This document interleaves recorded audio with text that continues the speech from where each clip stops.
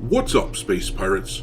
This is your Admiral, the Dread Pirate Dr. Disaster, and as someone from Western culture, this is a bit of a bittersweet thing to have to discuss, but in several years, it seems more and more likely that we will all look back at Black Myth Wukong and call it one of the most consequential video game releases of all time. Monkey?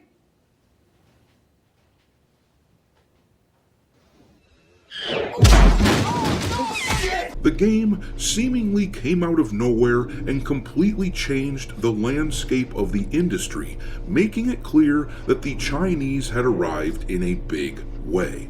Now, as a gamer, I'm pretty thrilled about this fact because Black Myth Wukong was a beautiful and well put together game that deserved every bit of hype that it got.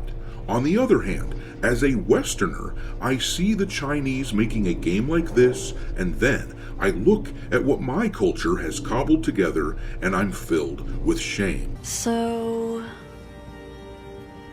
are you trying to have sex with me? I feel like a idiot. We'd really love it if games like Dragon Age the Veilguard wasn't supposed to represent us any longer, but sadly, it does. Or at least, it represents Western game companies. Meanwhile, Black Myth Wukong has opened up the floodgates for more Chinese companies to come swooping in and taking over the industry. And why not? Western game studios have absolutely abandoned gamers, choosing to prioritize activism over fun, which we have rejected repeatedly, but a relatively tiny fraction of the gaming community is still buying this crap, which has encouraged these Westerners to keep making the garbage that most of us don't want. I like to eat shit! Good.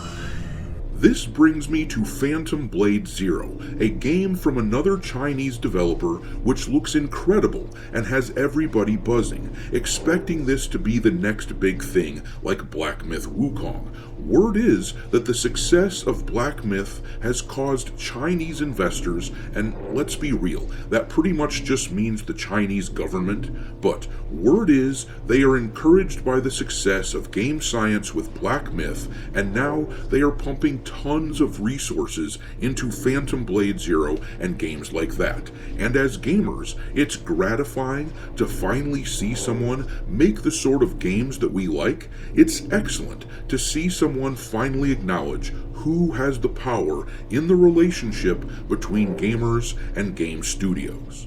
Good. Bad. I'm the guy with the gun.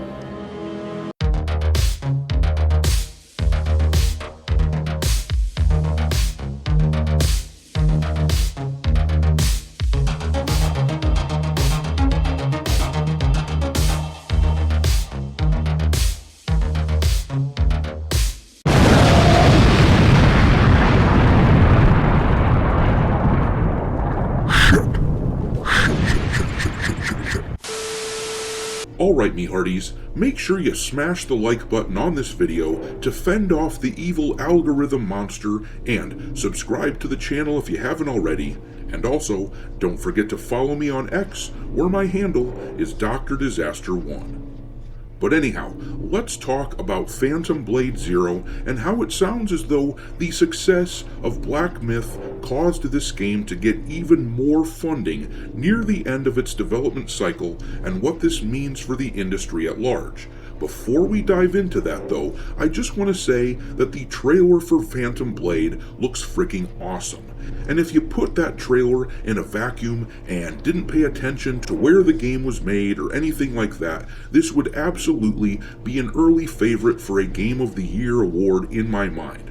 It's hard to believe, but the game features, get this, a male character who isn't a bumbling idiot and isn't forced to share the spotlight with some girl boss. It looks great. So, this discussion about Chinese developers is not meant to detract from a very solid looking title. However, we do have to discuss how the Chinese are threatening to absolutely overwhelm the industry and dominate it moving forward. Black Myth Wukong was obviously huge. Marvel Rivals is on top of the world right now because apparently it takes a Chinese company to actually properly portray Marvel characters, which is sad considering what a staple of American culture those characters are. And now we are hearing that Chinese investors are pumping money into the likes of Phantom Blade Zero because they believe that AAA gaming is a money-making machine. And they're not wrong. There was a time when these AAA studios in the West, like Ubisoft and BioWare, they could practically print their own money. But the activists that they hired have abandoned the vast majority of gamers as they chase after the modern audience instead of us.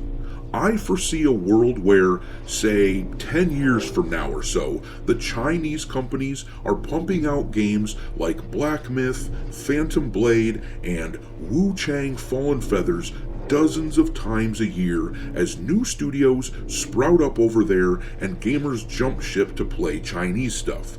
I see studios like BioWare and Ubisoft still existing, but as ghosts of their former selves, practically just relics from a bygone era who can never reclaim their former glory. Unless something is done to change course really fast, that is what I predict will happen. But let's read about the acceleration of Chinese interest in the gaming market in this article from Video Game Chronicle. It says, Black Myth Wukong has been a huge commercial success since it was released last year, selling over 20 million copies across PC and PS5 in its first month and attracting over 1.44 million concurrent players on Steam within days of release. And we're going to stop real quick here and do a fact check. I'm not sure why they got that wrong. Maybe it was a typo, but Black Myth actually hit 2.4 million concurrent players, not 1.4 million. Big difference. But reading on, according to China-based publisher and gaming consultant Daniel Camillo, who cites 2 developers who worked on the game, the release of Wukong led to Phantom Blade Zero developer S-Game receiving extra funding from investors keen to capitalize on the apparent growth of Chinese-developed video games. To be clear, the success of Wukong did not by itself trigger all funding for Phantom Blade Zero, Camillo wrote in a thread on X. Phantom Blade Zero was already very advanced in development once Wukong launched. The tremendous success of Wukong in China in particular signaled to many investors that AAA gaming is the new golden egg. Many studios saw investments coming their way after Wukong released. This is not news. What is news is that Phantom Blade Zero did get a substantial amount of extra investments and funding thanks to the success of Wukong, allegedly. Both my sources agree that even before the actual release of Wukong, S-Game got new funding thanks to all the hype/metrics surrounding Wukong.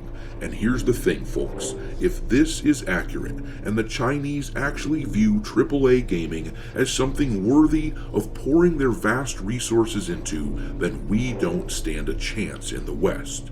Don't get me wrong, if these Western studios would pull their heads out of their asses, if the executives in those studios would pull their heads out of their asses and make games that didn't feature androgynous blobs as main characters, and if they actually put their efforts into making something fun instead of making something preachy that teaches us a lesson, there are plenty of developers capable of holding their own in the West, but something has to radically change in order for that to happen.